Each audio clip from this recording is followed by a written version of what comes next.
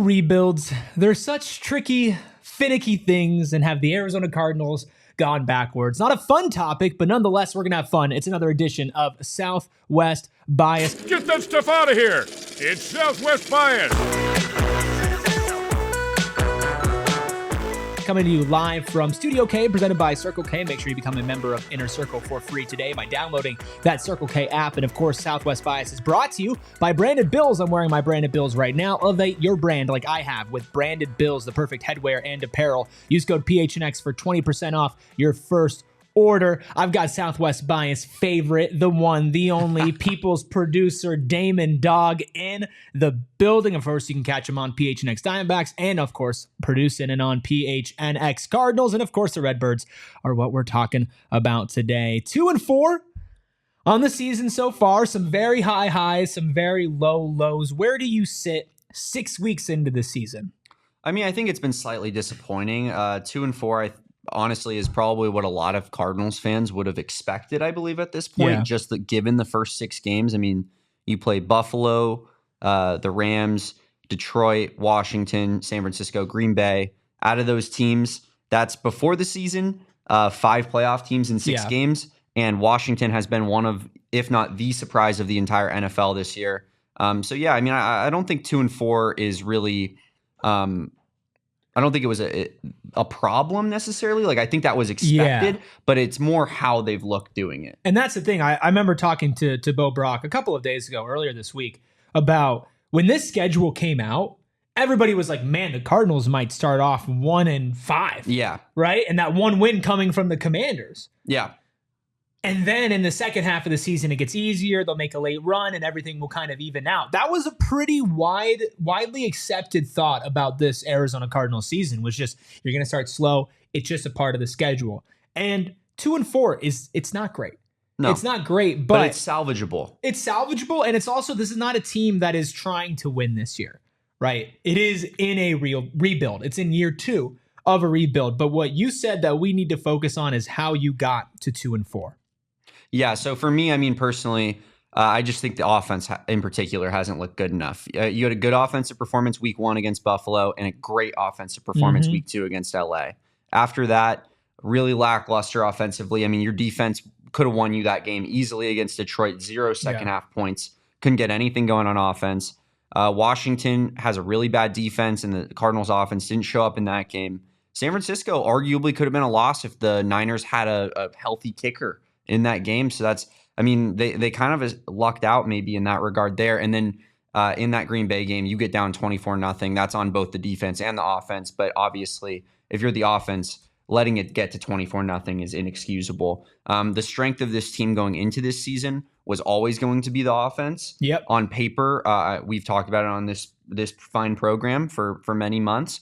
The offense was supposed to be the driving force of this team. I mean, you had a good O-line on paper. Lots of injuries, to be fair. You have a really good running back. You have a really good quarterback. You have good young receivers. Tight end, that's really good as well. Maybe the best tight end in the entire NFL. So you're looking at an offense that on paper should be, keeping you in every game, essentially, even if you're not winning every game. And we just haven't seen that thus far. It's been very, very inconsistent. And it's disappointing because of the hype surrounding the Marvin Harrison Jr., Kyler Murray, and this is the first season that Kyler's like back being healthy. He had a whole offseason program that he went through and he feels ready to go.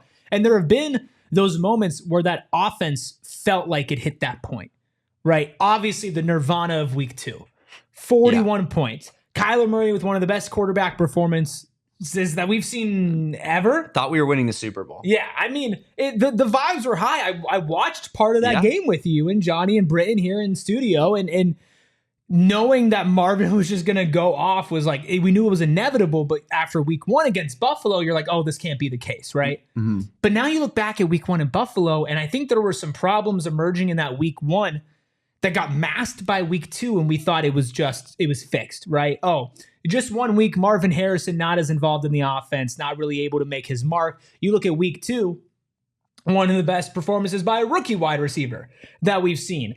Then you keep going on and on and on, and there's this persistent problem of finding ways to involve Marvin Harrison Jr. And a lot of that, Damon, has fallen on Drew Petzing, even from his own mouth, saying that he needs to find a better way to scheme it up. Is it really as simple as, hey, call some better plays on offense? Not run as in literally run, but run the offense through Marvin Harrison Jr. and then everything else falls around it. I know he's, going through concussion protocol and everything right now, but is that simple? Like, hey, light switch on and off, like you're flipping it on and all of a sudden this Cardinals offense is what we've expected it to be? Yeah, I mean, I think as far as Drew Petzing's offense, I mean, he came from Cleveland, right? And the Browns have been known to kind of be a ground and pound, kind of run first type of team. And the Cardinals have tried to, imitate that for lack of a better term. Like they've tried to implement that system into Arizona, and yeah, it hasn't worked in terms of highlighting the star receiver that they drafted, number 4 overall.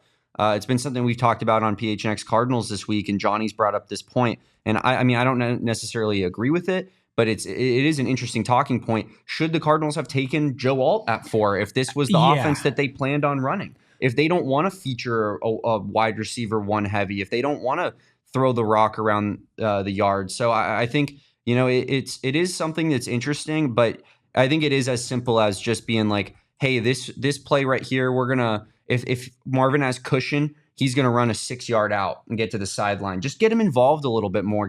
Get him in the game, get him some catches, get him some touches, and hopefully that opens up the bigger plays as well. Yeah, I get the Joe Alt argument, and my football philosophy has been and always will be you build through the offensive line. Yeah, first. I think that's fair. And if you pair Joe Alt with a Paris Johnson Jr., then you are setting up your line for presumably the next decade. You probably have the best young tackle combo in the league, which the Chargers currently have with Rashawn Slater and Joe Alt. Right, and you're setting yourself up to protect a Kyler Murray as well. There's definite benefits to that as well, but we also saw what happens in game 2 when you have a talent like Marvin Harrison Jr. Like Absolutely. It is there, it is possible, and Micah Wilson's awesome. Trey McBride is awesome, but there's a certain pedigree and a certain way that Marvin Harrison Jr. plays that if you're able to get him the ball in the right spots, he will make a play. So how much of that I understand the Drew Petzing part of it, and I don't disagree with it.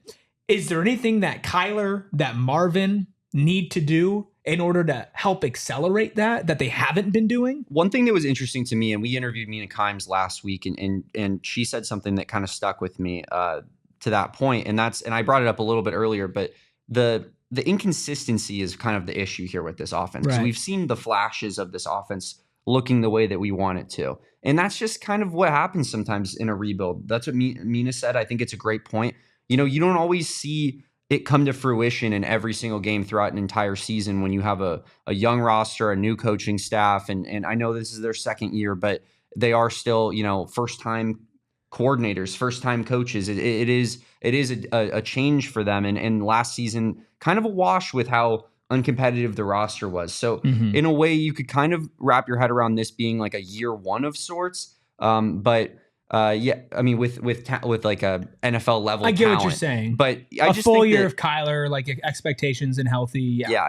I just think that they've played a tough schedule. You've seen this inconsistency. The schedule lightens up on the back half. You got to find that consistency in the back half and work towards something for year 3 of this rebuild. You need to see it come to fruition at the end of this season to feel comfortable going into year 3 thinking, yeah, we're still moving in the right direction. And I think that's where the Cardinals are at right now. And before we look at the rebuild as a whole, let's take just a second to talk about this defense, because you mentioned a talent deficit on this team last season and to a certain extent this season. The side of the ball that's lacking the talent is the defense. But overall, it's like opposite of the offense, right? Offense has had all this talent in the world. We even did a Southwest bias after week 2 about how much top-level offensive talent the Cardinals have on paper.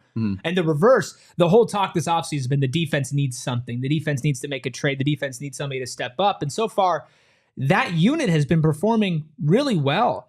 Besides giving up 42 to Washington and 34 to Green Bay, 24 to San Francisco, 20 to Detroit, 10 to LA, and 34 on the road in the cold against Buffalo, they've played above their standards so far. Yeah, I think they've performed admirably. I mean, that game against San Francisco sticks out in particular, as well as the Detroit game and the Rams game. I think all 3 of those games, They played really well, and that's about what you can expect from this defense. I mean, you can't expect them to play 17 games and be a shutdown unit. That's just not the reality of the situation. You know, we talked about the offense needs to drive this team, but if the defense is going to give you, they're going to be super inconsistent. That's just the reality of it. If they're going to give you good performances, you know, almost every other game, like it's hard to be upset with them with that. I think from a defensive standpoint, the defensive back group is really good. Yes. I think they've performed really well. The linebackers are okay.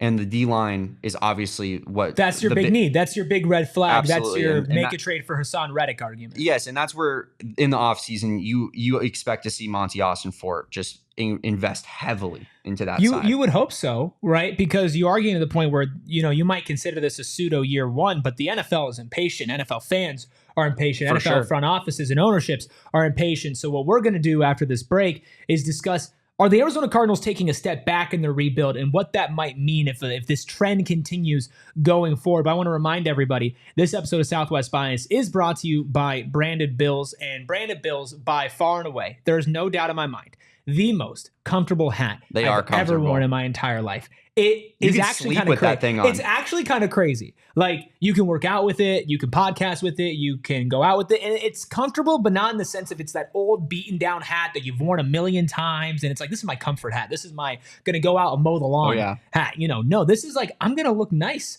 I'm going to look good, and I'm going to feel good. With Branded Bills, they have snapback truckers, fitted beanies, and tees. They have you covered with performance and also on style. Plus, they can get your own custom gear as well. I know we're going to get custom gear over there at PHNX. Super excited with that. They have partnerships with fantastic local colleges like ASU, and as I like to say, they do charity work with other places like U of A. They're a local company out of Mesa, Arizona. Go ahead and head to brandedbills.com. Use code PHNX for 20% off your first order. So many options. So amazing. Also amazing is the flooring that we have in here at PHNX Studios. Of course, Studio K over there in Studio A. Empire Today has taken care of us, and they want to take care of you. But not just going, hey, we're going to get you the cheapest price, because sometimes that's great. Gas? Yeah, I want the cheapest price. My flooring? No, I need the best flooring, and they're going to get that to you in an easy, quick, and convenient way, and they're going to make sure you make the right decision, not just by giving you a free in-home estimate day of, but also with the virtual floor visualizer. You can just hold up your phone and see how these floors look in your home, in your apartment, in your place of work, wherever it might be. Whatever you need to spruce up, Empire Today is here to help with you. Schedule a free in-home estimate today. All listeners can receive a $350 off discount when they use promo code PHNX. Restrictions do apply, so go ahead. See EmpireToday.com/PHNX for details. We'll start with a simple question that probably doesn't have a simple answer. Damon, have the Arizona Cardinals regressed in their rebuild? I just think I think the easiest way to say this is like, I don't know. It's so it's so early in the season, you know. It's that we've talked about this gauntlet of a schedule, and it's just too early to tell. I think I mentioned it in the last segment. Like, this back end of the schedule is where you really find that out. Yeah. If they continue to play this inconsistent, where they don't have this identity, they've typically, under Jonathon Gannon, been one of the least penalized teams in football. This game against Green Bay, I believe they had 11 or 12 penalties in that game.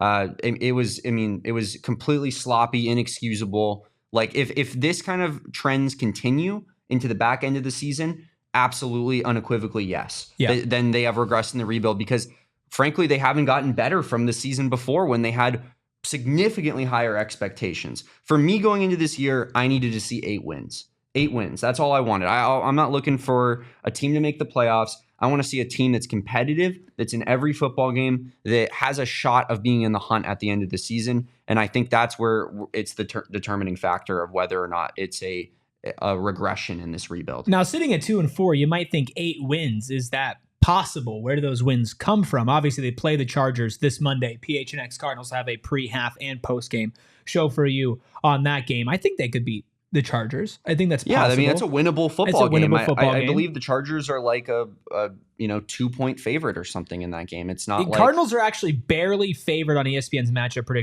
predictor to win. Cardinals do get a +2. Yeah. +2, yeah. So +2. Yeah, so I mean the Vegas line +2. I mean that's absolutely a winnable game. Then you go to Miami the next week. Game. Yeah, if Tua is not playing, that feels like it should be a W. If they end up being 4-4 after all of this, especially if they end up being 4-4, powered by their offense and feeling like it clicks.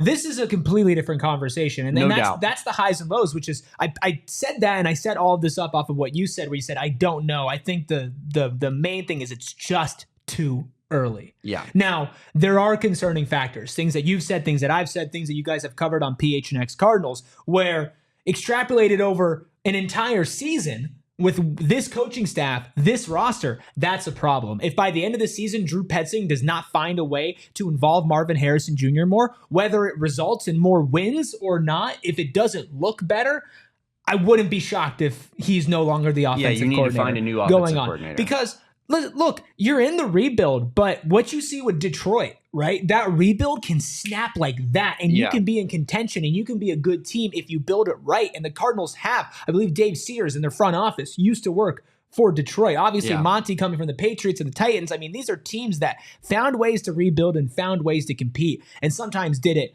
on an accelerated path.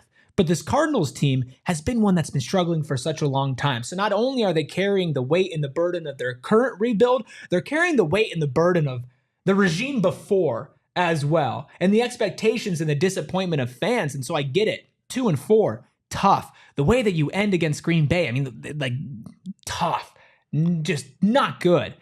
But if you come out, you've got Chargers, Dolphins, Bears, Jets, Seattle, Minnesota. 2 toughest games in that are obviously Minnesota. Yeah. And Seahawks, Jets. At Seattle, maybe. But yeah, I mean, those are all winnable football games. Every single one of those that you just listed. And I'd say Minnesota's the toughest at Minnesota at 11 a.m. Yeah, that's a tough game. But I also think that the Vikings, like, there's just no way they're going to sustain this all season long. I think there's a time where they're going to start playing a little bit more mediocre football. But that I could be totally wrong on that. That being said, something that you touched on that I want to highlight is, like, yeah, it's 2-4. They win the next 2 weeks. They're 4-4, different conversation. But it is that simple. Like, when you're rebuilding, momentum is everything. Yeah. Everything. And if winning 2 games is the difference between having momentum or having none of it. Like, if they lose those 2 games, they're 2-6. This regime might be totally cooked. Yeah, it gets to the point then where, I mean, is this the pivot point? Is this the breaking point, right? Like, you have to tread water here, if not exceed that, because, it's a tough business that you're in. Yeah. And it's not like there's not some investment on this team. Now, there are holes. You shouldn't expect a 4-0 team. You shouldn't expect a surefire playoff team first round bye. Yeah. 2-6, if I told you that they were 2-6, that'd be really disappointing. That'd be very disappointing. Absolutely. You need that momentum. You need that boost. And these next 2 games are going to hopefully provide that for the Cardinals. Well, if you want to follow along the way, maybe get updated beforehand, maybe be happy or sad afterwards and figure out what's next, PHNX Sports and PHNX Cardinals is by far and away the place to be. Of course, Damon, Dawg on PHNX Cardinals, along with Bo Brock, Johnny Venerable, Britton Golden, all there giving you the best coverage possible for your favorite football team all season and all off season long. Catch PHNX Cardinals on just regular weekdays at 4:30, and then of course pre-halftime post-game shows according to the time of the game. So tune in next Monday for that. Just a couple days away. Of course, as for myself, you can find me on PHNX Sun Devils and PHNX Suns, of course, right here on Southwest Bias as well. You can follow Damon on Twitter at DamonDawg, D-A-W-G. You can follow myself at ERIKRUBY. And go ahead and give a subscribe to PHNX Sports. Hit like on this video. Shout out Brandon Bills, Empire Flooring, and we will be back next week for hopefully happier editions of Southwest Bias. Get that stuff out of here. It's Southwest Bias.